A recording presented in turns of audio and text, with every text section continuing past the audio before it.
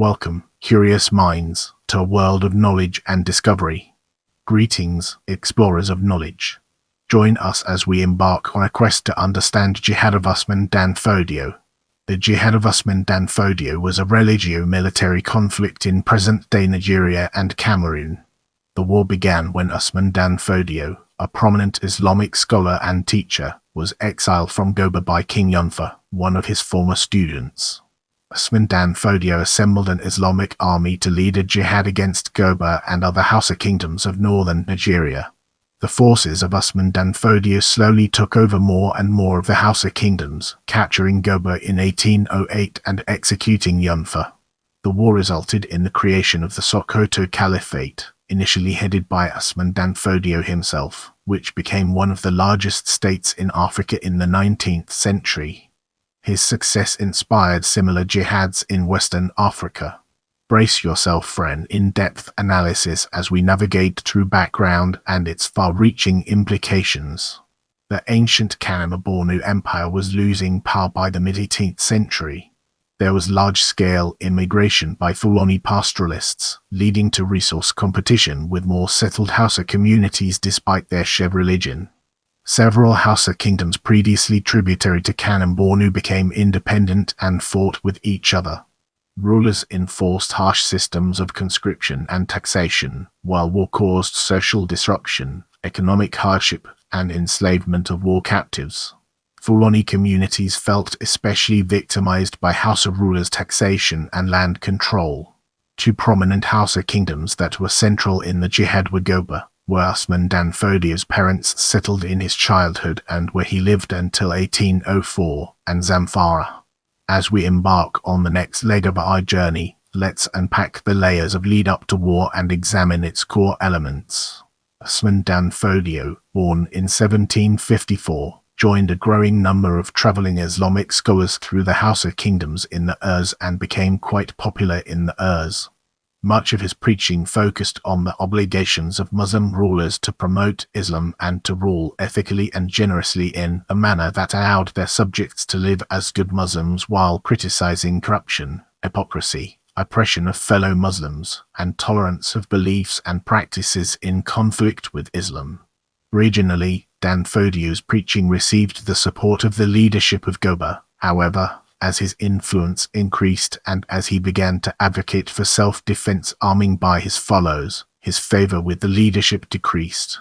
King Nafata of Goba placed a series of restrictions on preaching by Dan Fodio's followers and by Usman himself. In 1801, Sakin Goba Yunfa, a former pupil of Dan Fodio, replaced Nafata as king and increased the restrictions on Dan Fodio, exiling him from Goba to the village of Diggle. A crisis developed later in 1803 when Yunfa attacked and captured many of the followers of a group associated with Dan Fodio. Yunfa then marched the prisoners through Diggle, enraging many of Dan Fodio's followers, who attacked the army and freed the prisoners. Yunfa gave Dan Fodio the option of exile before destroying Diggle, but Usman refused to abandon his followers, instead leading a large-scale hijra of the community to Guyu. So many people went with Dan Fodio throughout the state that on February 21, 1804, Yunfa declared war on Dan Fodio and threatened punishment to anyone joining him. Followers of Dan Fodio declared him to be the Emir al-Mu'minin, commander of the faithful, and renounced their allegiance to Goba. Prepare yourself for an eye-opening discussion on Kanem-Bornu in the upcoming portion of this video. The earliest recorded mention of the Fulani in Kanem-Bornu dates back to the arrival of a group of Fulani envoys from the Emperor of Mali at the court of the Mai ruler of Kanem during the reign of Kashim Biri-R. A steady flow of Fulani pastoralists and Islamic scholars continued to settle in Hausaland and Kanem-Bornu. By the turn of the 19th, there were numerous Fulani groups living in Bornu. Before the jihad, most of these groups lived in relative peace with their Bornu neighbors. It was even customary for the Mace to go to war with other tribes to protect the Fulani from raids. However, perhaps due to the political ambitions of some of the Fulani, the Sefo princes developed a general hostility towards the Fulani in the 18th. In the late 18th, the Galadima of Bornu, Dunama, administered a large district in western Bornu, which contained numerous Fulani groups and encompassed portions of what later became the Emirates of Hadijia, Katagum, Jama, and Misa. 3 figures led the jihad in this area: Bhai Abda, Lalima, and Ibrahim Zaki. Bhai Abda lived near Hadijia and, around 1800, persuaded the Sakin Hadijia ruler of Hadijia to appoint him as the leader of the local Fulani. He had considerable animosity towards the Dilidima, who was responsible for his father's death. Lalima, Bhai Abda's maternal cousin, was married to the Dilidima's daughter and served in his administration, possibly as a tax collector. Ibrahim Zaki was a widely travelled Malam Islamic teacher and was familiar with the teachings of Shah Usman. To the south of the empire, a similar situation existed. The jihad was primarily led by Fulani groups centered at Doya today in Gujba, Yobe state. During the late 18th, the local ruler of Doya, Muhammad Lafia, because of his recalcitrant ways, was deposed by the Mai of Bornu, Ahmad. He was replaced with his younger brother, Muhammad Sorama, who the Mai hoped would be more cooperative. The local Fulani leadership, including 2 learned men, Al-Bakari and Goni Mutta, was displeased with Lafia's deposition as he had maintained friendly relations with the Fulani.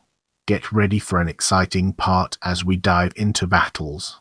Several minor skirmishes preceded the forces meeting at the Battle of Sunchua. Although Yunfa was victorious and Danfodio lost men, the battle did not diminish his force. He retaliated by capturing the village of Matankari, which resulted in the Battle of Tabkin Kwato, a major action between Yunfa and Danfodio's forces. Both the Goboa and Danfodio armies were ethnically mixed. The Goboa had some Tuaregs and Fulanis from the Salabawa clan, while the Muslims had Hausa, Fulani, and a few Iwelandan Tuaregs. The Tuaregs of the Muslim army consisted of Agali and Adal Muslims and possibly the sons of the Emir of Adal. Although outnumbered, Danfodio's troops were able to prevent Yunfa from advancing on Gunu and thus convince larger numbers of people to join his forces. In 1805, the forces of Danfodio, the jihadists, captured the Hausa kingdom of Kebi. In 1807, the jihadists had taken over Katsina, whose ruler, Magajan Haladu, committed suicide following the defeat. They then captured the Sultanate of Kono, whose king Muhammad al-Walitu was forced to flee to Zutza, then the village of Burum, where he was soon killed in battle. In 1808, the jihadists assaulted Goba, killing Yunfa in the Battle of Alkalawa, and destroying large parts of the city. Furthermore, Abdullahi Danfodio also took over the Kebi Emirate the same year.